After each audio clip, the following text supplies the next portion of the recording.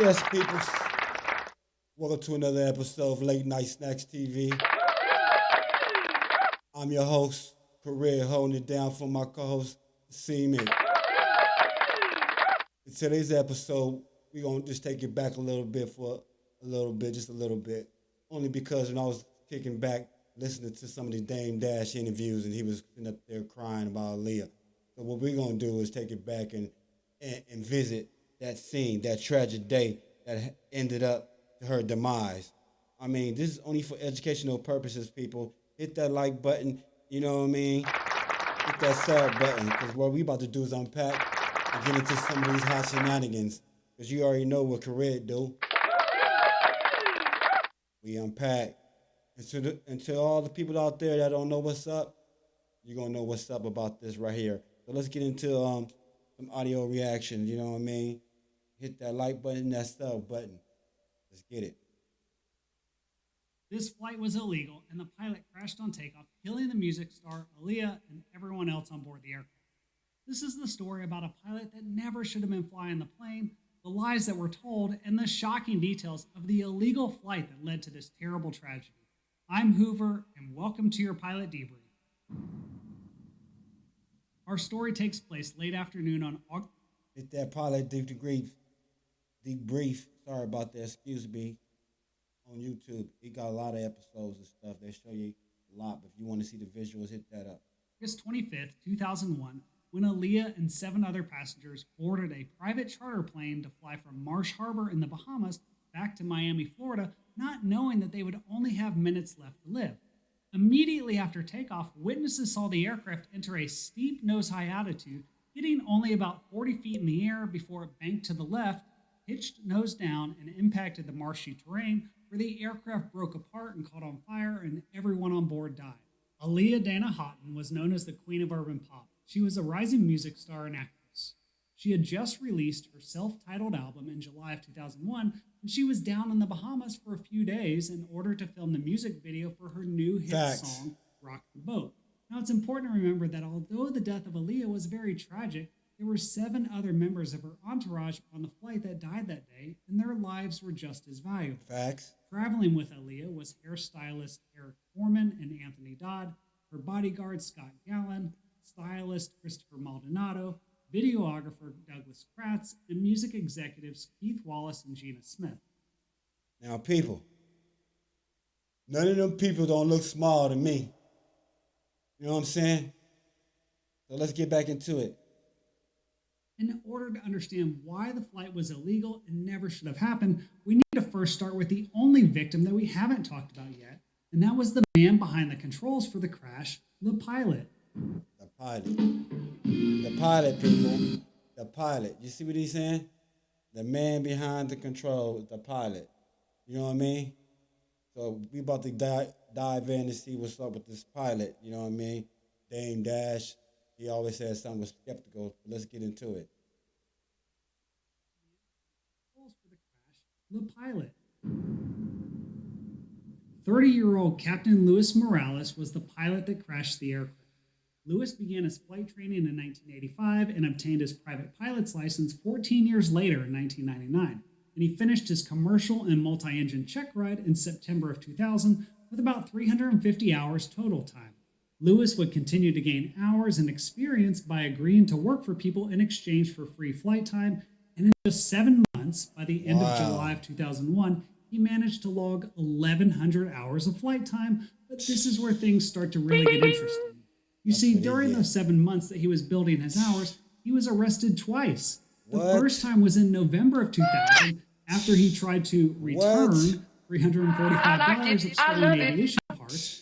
The second time he was arrested was on July 7th, when he was pulled over for running a stop sign, and police found crack cocaine in his car, and Lewis told the officer that he was in the area to buy cocaine for a friend. And if you're wondering how a guy like this is allowed to continue flying, here's the truth. Pilots have up to 60 days to self-report alcohol or drug-related convictions. And technically, Lewis was still within the 60-day window at the time of the crash, but he hadn't self-reported yet.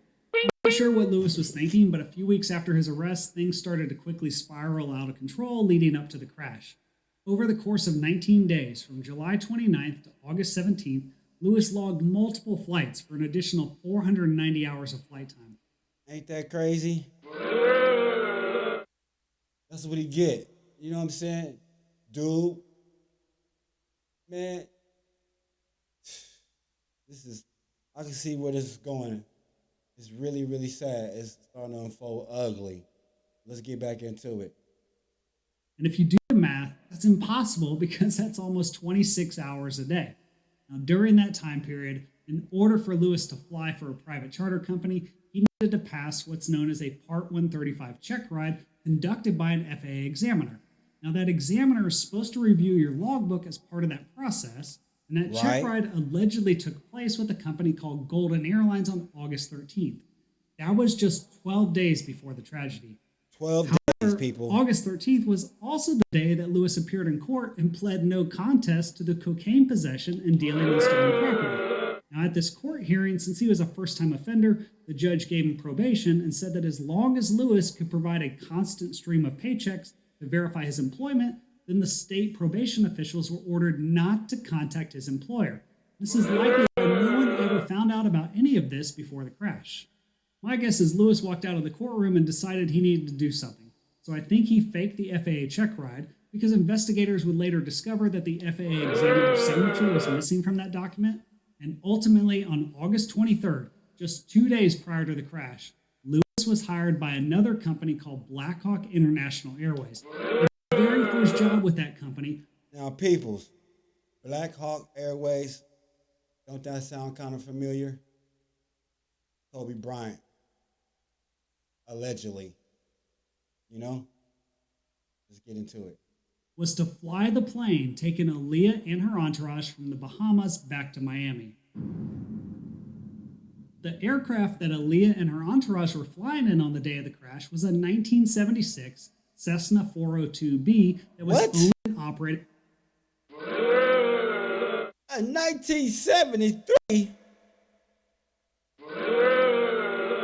What in the heck is it still doing flying? Now, people, they should have recycled that plane.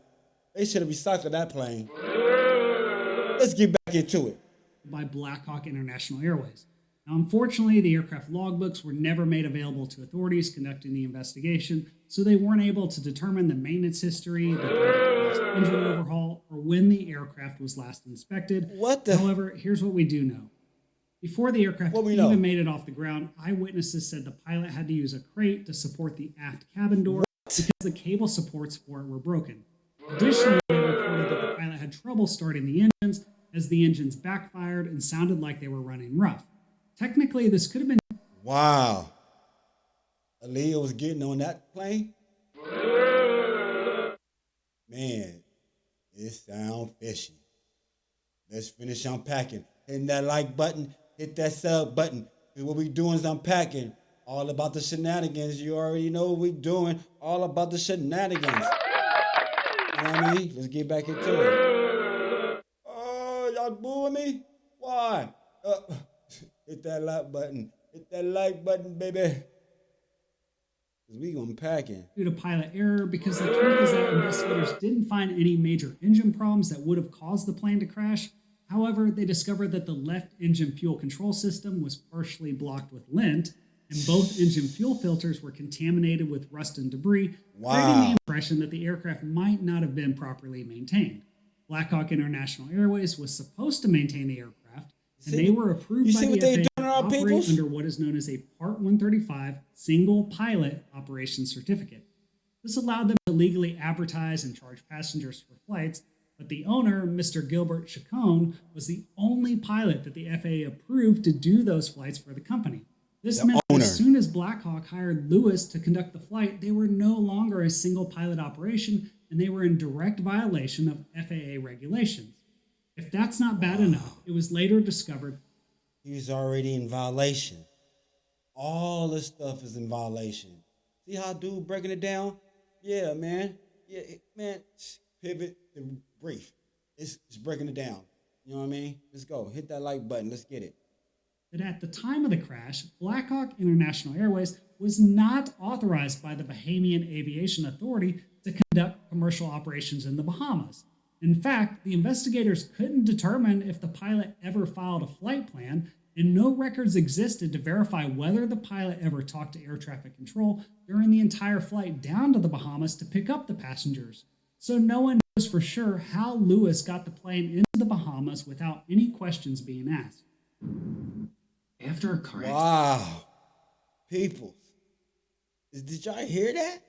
How did he get the plane into the Bahamas without being inspected and how they do them little, It's crazy. But this is really crazy. It's like underworld boys, vicious. Let's get back into it. All of the travel arrangements had been made by Atlantic Flight Group. Think of them as like a personal travel agent that handles all the cargo and passenger flights for the trip. That's who Aaliyah and her team depended on to book these flights and get them down to the Bahamas and back safely. Wow. When they flew down to the Bahamas, the flight was booked through a company called Sky Limo, who had aircraft and pilots on call 24/7. Sky Limo originally planned to take Aaliyah and her team back on Saturday, but someone called them and told them that the production was delayed and they wouldn't be needed until Sunday. Well, as fate would have it, video production finished early on Saturday. And even though Sky Limo had aircraft on standby just an hour away, Are you no one serious? ever called them. Instead, Atlantic Flight Group called Blackhawk International Airways, and some individuals would speculate that this decision was made because the plane from Blackhawk was cheaper, so that meant they would save some money on their travel. But regardless of the reason, that's how Lewis ended up in the Bahamas that afternoon. Lewis was supposed to pick everyone up at 4:30 p.m. Unfortunately, he didn't show up until almost 2 hours later. Those closest to Aaliyah knew that she was a nervous flyer, so the delay didn't really help her anxiety, and when Lewis landed and she saw the plane, that's when she knew that something didn't seem right. You see, when Aaliyah flew down to the Bahamas, they had flown on a Fairchild Metro 3, which is capable of carrying... Look, she was like, what's going on here? What's this? What's this? I'm not getting on that. What is this? Off top, her antennas went up. You know what I mean? Her antennas went up like, what is this? They trying to sabotage me? See, Aaliyah, she was already having bad vibes, you know what I mean? According to Dame Dash, you know what I mean? They was already talking, they was secretly talking, they was doing their 1-2, you know what I mean? He told her, like he said himself on that Vlad, that he didn't want her to go down there. She could have finished the video right here in Miami and all this stuff. But look at all the stuff they throwing at her. They throwing her a janky plane. You know what I'm saying? A janky pilot. Man, what else? What else? What else? That's crazy. They throwing all this janky stuff at her. And Aaliyah she ain't dumb. She like, what's going on? You know what I mean? What y'all trying to do? She's steady on the phone now, and I kind of believe Dame, how he was saying he was on a jack with her all the time. You know what I'm saying? That whole time, up to that time. Yeah, he was talking to her. He was talking to her. I believe Dame. Let's get back into it. Aaliyah flew down to the Bahamas. They had flown on a Fairchild Metro 3, which is capable of carrying up to 19 passengers. The Cessna 402B that Lewis brought in only had 7 seats in the back for the 8 passengers. That meant that in order to make the flight happen, one of the members of Aaliyah's crew was going to have to sit up front in the co-pilot's seat. This is likely just one of the reasons why Lewis was allegedly seen and heard arguing with the passengers, trying to tell them that there were too many... Yeah, who heard that? Who heard of that? You sit up in the front with me. Man, check this out. We celebrity. What you mean? Y'all better get this junk Scrooge McDuck plane out of here. You know what I mean? And give me something right. That's what she should have did. But it was something else. It seemed like something else. Let's get back into it. Hit that like button. We going up today. We unpacking all these shenanigans.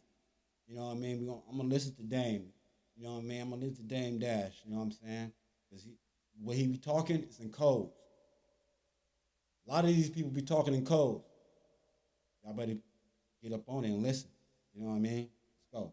People and too much luggage for the plane, but the group insisted that they had paid for the flight and they needed to be in Miami that night. There are three things worth noting about this. First, I'm glad that Lewis recognized they might be overweight and he actually said something about it. As the pilot in command, you're the one ultimately responsible for the safety of your passengers, and it's up to you to say no, even if it means risking your job. Second, technically, Lewis wasn't really in a position where he could risk losing his job because of his legal problems, which would have eventually caught up with him anyway. Facts. Third, despite Lewis's awareness of the risk, there was zero evidence that he ever weighed any of the luggage or Zero verified the evidence. passenger weights Zero in order evidence. to calculate the weight and balance of the aircraft before takeoff. The Cessna 402 that Lewis flew down there had a maximum takeoff weight limit of 6,300 pounds.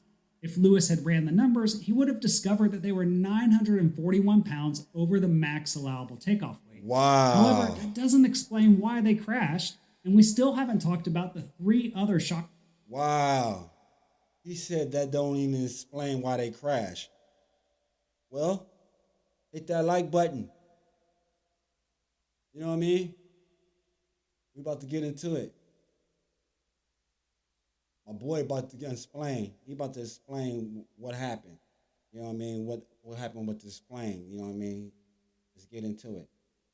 Revelations that were discovered after the crash.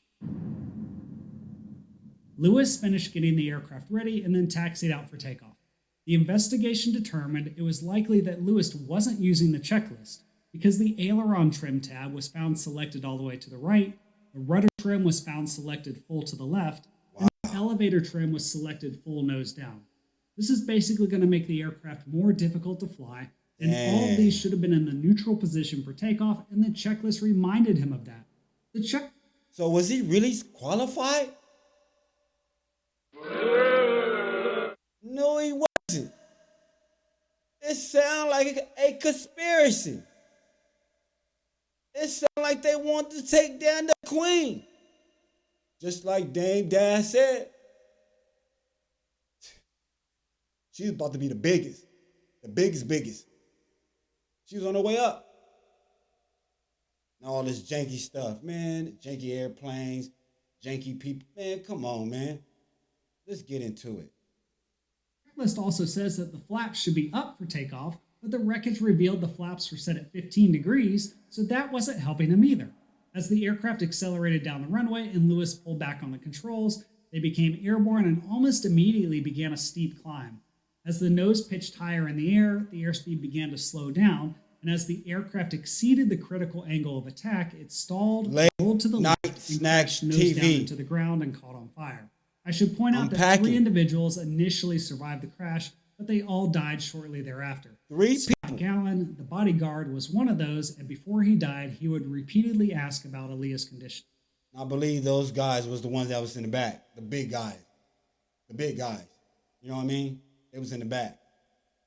So you can imagine the plane was probably dragging. You know what I mean?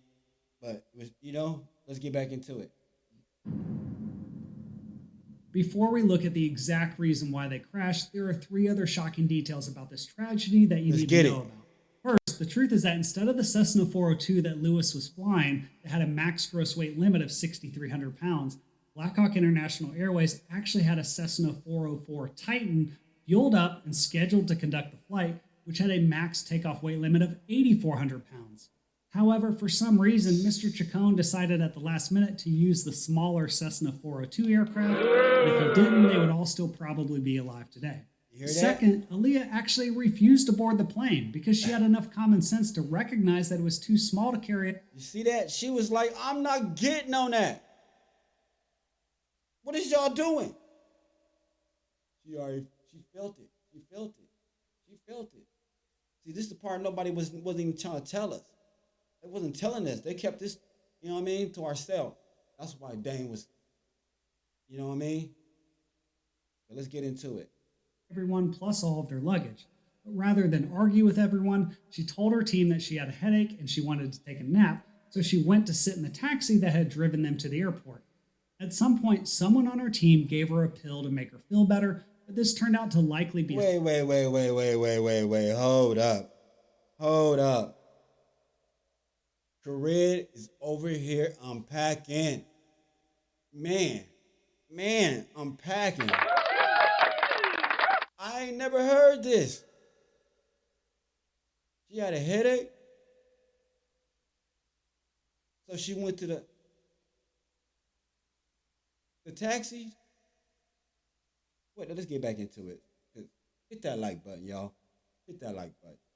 Sedative, as Aaliyah would quickly pass out. She was actually carried unconscious onto the plane and most likely What? still passed out when they crashed. Third, the autopsy would reveal that Lewis had. She was still passed out when they put her on the plane. So when she crashed, she didn't feel it, y'all. She was gone. She was knocked out. Heavily sedated. That sounds fishy. Why y'all gonna give her something like that instead of just giving her a Tylenol or Advil? Starting to believe Dame Dash, man. Y'all better start listening to what he's saying. Let's get back into it. Cocaine and alcohol in his system. Perhaps without that, Lewis might have made better choices because not only did Lewis fail to calculate the weight of the aircraft, the other critical part of that equation is calculating the balance or the center of gravity of the aircraft. The location of the passengers on the aircraft played a key role in all of this. Witnesses said they saw two of the heaviest members of the group that weighed about 300 pounds each board the aircraft first and take their seats at the very back of the plane. This was likely reasons why the aircraft's center of gravity was 4.4 inches aft of the limit. Perhaps if these two men had been seated in the front of the plane, the center of gravity would have been different and they might have avoided stalling. And the bottom line is that this was an illegal flight, and the only person that had common sense in all of this was Aaliyah. Who at least recognized that getting on that plane wasn't a good idea, but someone drugged her and carried her on the plane and to her death. Overall, it was a terrible tragedy, and 9 lives were lost, and this never should have happened. And if you've enjoyed this debrief, then be sure to check. Dang, y'all. Hit that like button. Because I didn't know none of that. Hit that like button. Boy, that was deep. That was some deep stuff, man. I can't believe it. See, a lot of these people be on these shows, they lived that era. So, trust me, it's bothering them. Weighing on their shoulders, they back, you know what I mean? They want to get this stuff off. People, pay attention. Pay attention. I'd like to say thank you guys for tuning in, you know, listening to my shenanigans, you know what I mean? Taking the time. This episode's educational purposes. I'm not here to defame or talk down on anybody. The pilot, none of that. It's all educational purposes, you know? So, and furthermore, I want to say thank you guys. And until then, tune in to another episode of Late Night Snacks TV. I'm your host, Kareem. Hit that like button and stay tuned in for more.